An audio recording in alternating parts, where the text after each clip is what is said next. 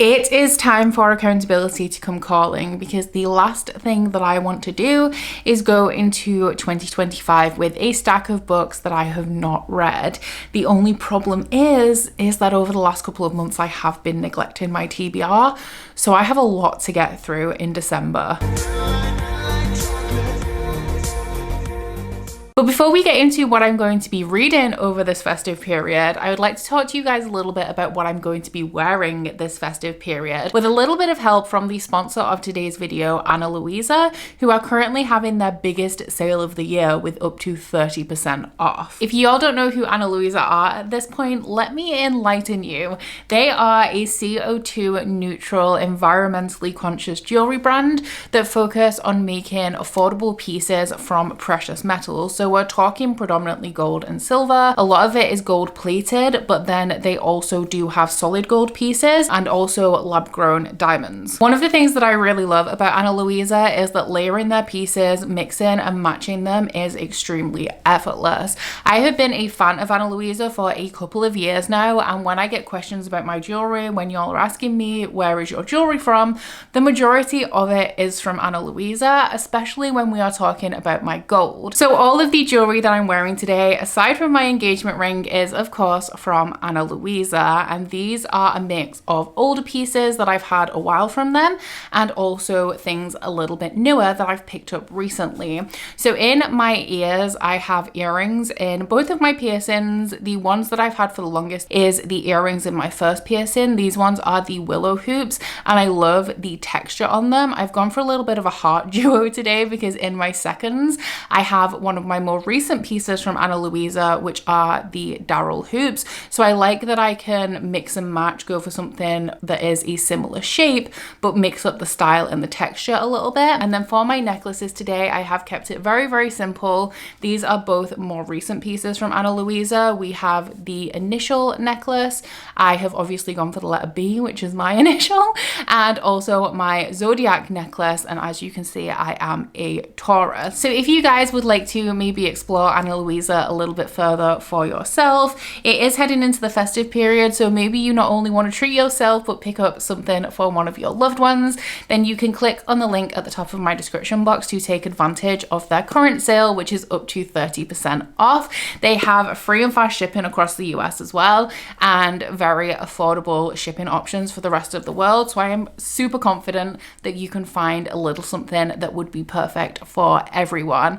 And once again, a big thank you to Luisa for sponsoring this video. So for my TBR, it's not looking good for me, I can't lie. I was very chill in November knowing that I was going to spend December clearing through my TBR, and now I have major regret. So we're going to be talking about 13 books in this video. Only 3 of them are books that I'm adding exclusively for December. The rest of them are things that you have seen before, and embarrassingly, not even just super recently. These have been coming back time and time, especially those library holds have been coming back time and time again through TBR after TBR, and this is the last chance. I want to say that if I don't read them in December, then I just don't get to read them at all, but I actually don't think that that is a reasonable punishment, because I'm reading most of these for like an explicit reason that still exists even after the month of December. But we are going to be starting off with my book club books. So we have 2 that I need to read in December. The first one I have already started, and that is of course The Knife of Dreams, which is book 11 in the Wheel of Time series. So at the point of filming this, I am 158 pages in, but I definitely need to up my game because the live show for this is going to be on the 8th of December. So I don't have a great deal of time. So if y'all are unfamiliar with the Wheel of Time series, it is an adult epic fantasy series that is following an epic struggle between the forces of light and dark. As ages have been passing, the world has been tipping more towards the dark, and in this series we are following this Ages Dragon Reborn, who is a pivotal figure in this eternal struggle, who is hopefully going to tip the forces towards the light for good. I'm excited about book 11. I'm already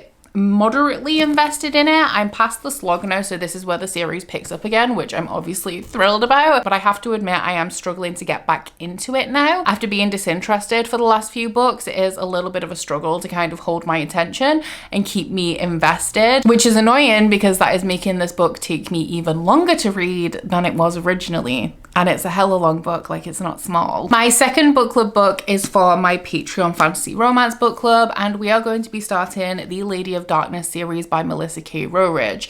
So this one is the book for November and December. Haven't read it in November, have to read it in December. But this one is the first book in a 5-book romantasy series following a girl who, along with her 2 sisters, I think that she is an assassin and she is owned by an assassin lord. So it's very Throne of Glass in setup. And our main character is offered an opportunity, like she's given a job, and her reward if she completes this job will be that she is able to seek revenge on the Fey Fire Lord, who I believe killed her mother 10 years ago. That is all I know about this, but I have been in a big romantasy mood recently, so I'm excited to dive into this one because I've heard pretty good things. Also for my Patreon, we are currently doing a little bit of a chill unofficial read along of the Pretty Little Liars series. I am currently a little bit behind, but I'm hoping to catch up throughout the end of November so I can move on to our book for December, which is book 10, Ruthless. This one is a young adult mystery series following a group of girls whose friend goes missing, and they drift apart. This girl that went missing is the glue that was holding them together. So they drift apart, and a couple of years later they are brought back together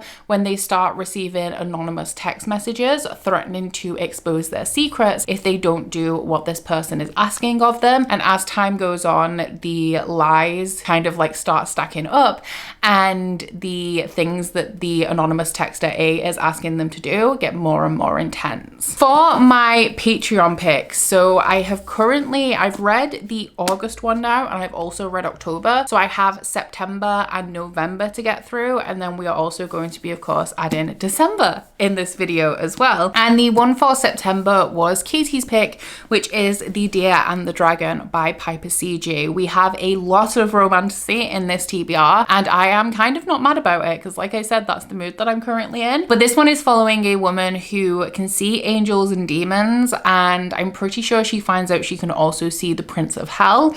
It is inspired by Norse mythology, I think, and it also centers on like a centuries old war between species. That is pretty much all I know about it when I go into these recommendations, especially when it's fantasy. I don't really look into the synopsis too much because without context I can't really get a good grasp on it, but I am definitely excited to try out Piper CJ. I have heard very mixed things, but hopefully this will be a hit for me. My November pick was Natty's pick, and it is once again a romantasy. It is Daughter of the Drowned Empire by Frankie Diane Malice. This one I have heard quite good things about, so I'm excited to get into it, especially because the plot hints at like a complex fantasy plotline set in a world where magic is outlawed. Our main character has magic. I think that she has somehow managed to fool the test that tests for magic though when people come to a certain age, but the crux of this plot, I believe, is that she has to train for an emperor's like strength test. I'm assuming it's like some sort of series of trials that she has to compete in, which is one of my favorite tropes, and she has to do it all without magic. I currently don't own a physical copy of this, but I am going to go into town and hit up Waterstone sometime soon, and it's a big one with a really good fantasy section, so I'm hoping they have it in stock. Otherwise I'll just order it online, but if y'all know me, I like to hunt for things in store. I just find it exciting. It would be so much easier if I just ordered things online, but alas, I do not want to. And then the final one of my Patreon books is, of course, the December pick. So in this jar, I have a recommendation from all of my Inner Circle tier patrons, and every month I pull one out. I aim to read it within the month, but as you can see, whether that happens is an entirely different story. However, I do get to them eventually. So given that I have a little bit of a backlog, I'm hoping for something easy to come out of this, but I'm always hoping for something easy to come out of this. So let's just see what happens. But I'm gonna go for, should I go for the bottom or the top? I feel like I always dig, so how about if I just go for like this one? It's green, which means it was added this year, and I can see that that is Lauren's pick, but I can't read it. Check and Mate. by Ali Hazelwood. This is a great one and it's easy. So this one is Ali Hazelwood's young adult contemporary romance. I have heard people say that it is more new adult though, like it's a little bit more grown up than like a standard young adult.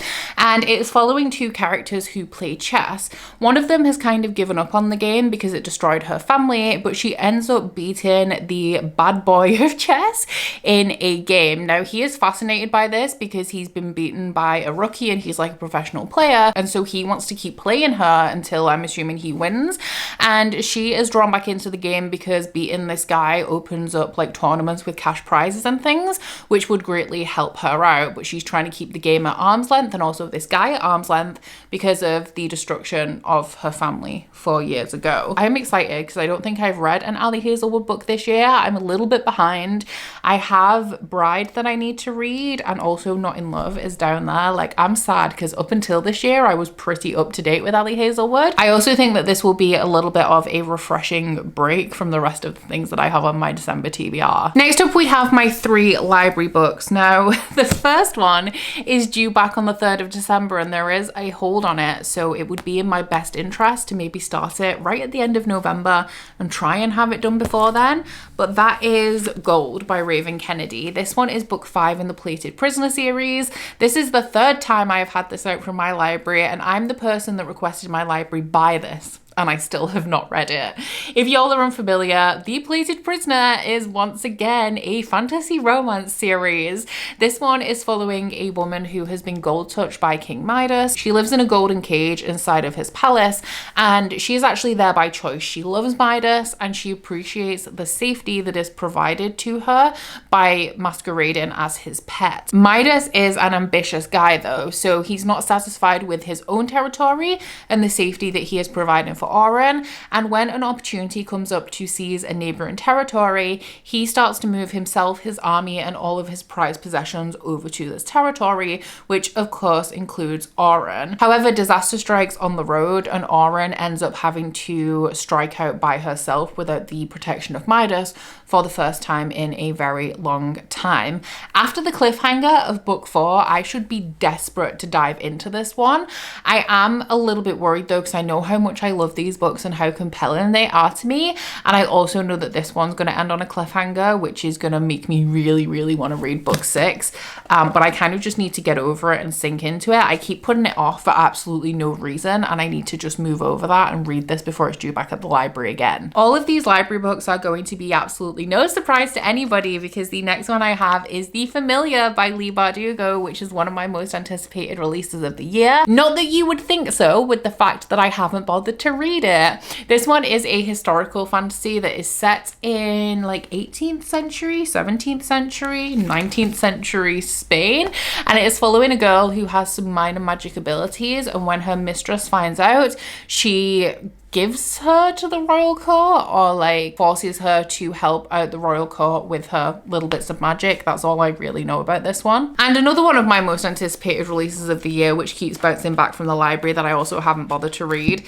is The Warm Hands of Ghosts by Catherine Arden. This is once again a historical fantasy. It is set either during or just after World War I, and it is following a girl who was a nurse in the war, and I think her brother died, and she is kind of having to move on and live with that. But then we also have the perspective of the brother who has woken up with a German soldier. Like, they're both in danger, they're both injured, and they have to rely on each other to get themselves out of the situation that they're now in. And then finally, I just have 4 miscellaneous books that I need to add.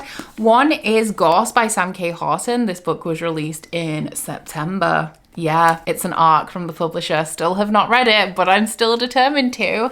This one is once again a historical fantasy. This one is set in Cornwall, and it is one of my favorite time periods to read about in historical fantasy. Is the time where Christianity is kind of sweeping throughout Europe, and it is converting all of the countries that typically believe in folklore to Christianity, and the folklore and the folkloric beings start to die. And this is kind of set in that time period in Cornwall, and I believe that one of our main characters is like a priest or a minister or something like that. One that I don't want to talk about is Way of Kings Part 2. Winds of Truth is out in December, am I right? I have not caught up. I have not continued my reread, so maybe I should do that. It's because it's a reread and because I'm behind on everything else. It is literally like the bottom of my list of priorities, and I need to kind of figure out a way to convince myself that it's important, because it is important. I need to read Rhythm of War and Winds of Truth, but I can't do that if I refuse to continue my reread, which I have obviously not made it very far in. The Ending Fire by Sarah El-Arifi, I said that I was buddy reading this with Aaron from Booked and Busy in October. However, October has come and gone, and now so has November. And still neither of us have mentioned picking this book up. This one is the third book in the Ending Fire trilogy, which is an adult fantasy that centers on a world where people are divided by the color of their bloods. So you have the red bloods that aren't the nobility, the blue bloods are like a lower working class, and then the translucent bloods are essentially the servants of the world and are treated very poorly. There was a rebellion 20 years before the start of this series where 20, I think. I'm not sure on the number, but a group of red-blooded children were swapped with blue-blooded ones.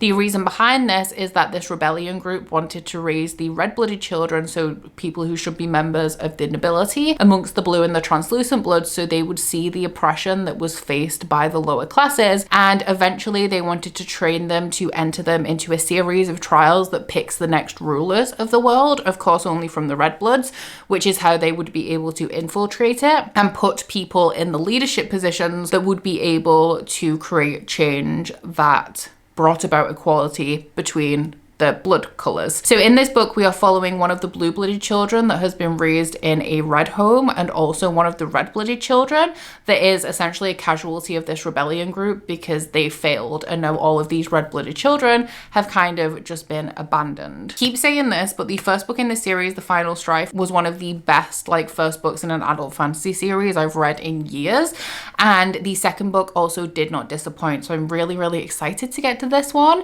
Once again though, with everything else that's kind of more pressing, it feels like it's a low priority, so I am really hoping that I do get time to read it in December. And then the final book that I would like to add is a little bit of an indulgent one, but it is only released on the 31st of December, so it can be my reward for finishing everything else, right? Because I'm obviously going to finish everything else. That's definitely going to happen. But that one is A Promise of Lies by Claire Sager, which is the third and final book in the Shadows of the Sneebris Court series, which once again is a fantasy romance. This is one that I picked up recently because the first book was a Patreon pick. It was the one for August, but of course I've only just read it. And I decided foolishly to abandon my TBR and continue straight into book 2. I then discovered that book 3 is released at the end of December, so I kind of want to take this opportunity to wrap it up, while hopefully, fingers crossed, at the end of December, my motivation is still there to read it. So this one is following a minor noble called Kat who has been forced into a loveless marriage. She was forced to marry somebody 10 years older than her that she does not care about, does not live with, and she spends all of her time making up for how irresponsible he is financially and paying off his debts. She does this under the guise of the Wicked Lady, who is a highwaywoman that steals things from rich people and sells them onto a fence. One day she stops a Fey noble and she steals his orrery, which is an item that he perceives to be extremely valuable. So when couriers from the palace turn up on her doorstep the day after this happens, she assumes that this Fey noble has come to retrieve his most prized possession. However, it is actually a summons to court from the queen to become one of the queen's ladies in waiting. So Kat is very confused about this because she is not a lady of high standing, she is not a lady of means, but she goes along anyway, and she is pulled aside by the royal spy master, who tells her that he would like her to spy on one of the Fey nobility that are currently here petitioning the queen for her hand in marriage, because the spy master believes that this Fey lord is hatching some nefarious plot against this country. He offers to pay Kat handsomely, which will help her with her debt, so she goes along with it, only to find out that the Fey noble that she has been tasked with spying on is of course the one that she stole the orrery from, and he has not forgotten what she has taken from him. There is the fake dating trope in here, there's some good tension, the love interest is a shadow daddy, which I mean we all know is my favorite type. So I've been having a really good time with book 1 and 2, and as this is released right at the end of the year, I might as well just finish it outright. It'll be like a little New Year treat because I normally don't really celebrate, so it's happening. I want to say as a reward for finishing my TBR, but regardless of whether I finish my TBR, it's happening. Those are all of the books. Can I even lift them? They're in a pile behind me. It's a lot. None of these books are particularly short. I am participating in a readathon as well. I'm still participating in Clear Your Shit, which is a 2-month-long readathon hosted by Andy from Mersh Reads. And I have been loosely following along with that, picking the books from my TBR based on the Clear Your Shit prompts. Hopefully I will have that finished by the end of December. Full disclosure, I have never successfully completed a year of Clear Your Shit ever, but maybe this one will be the one, especially if I do manage to knuckle down, however unlikely it is, and this is ridiculous, and read all of these books.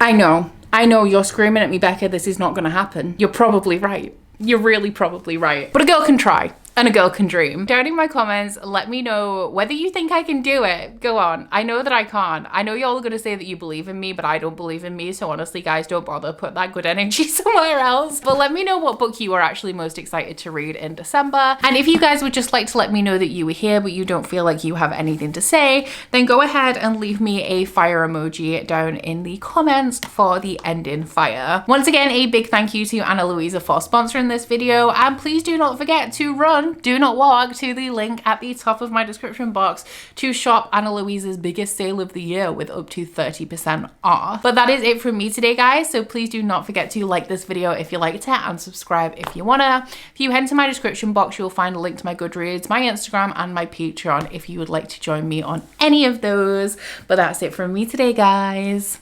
Bye. Oh, you bite your friend like chocolate. You say you will go where nobody knows, with guns hidden under our petticoats. We're never gonna quit it, no, we're never gonna quit it, no.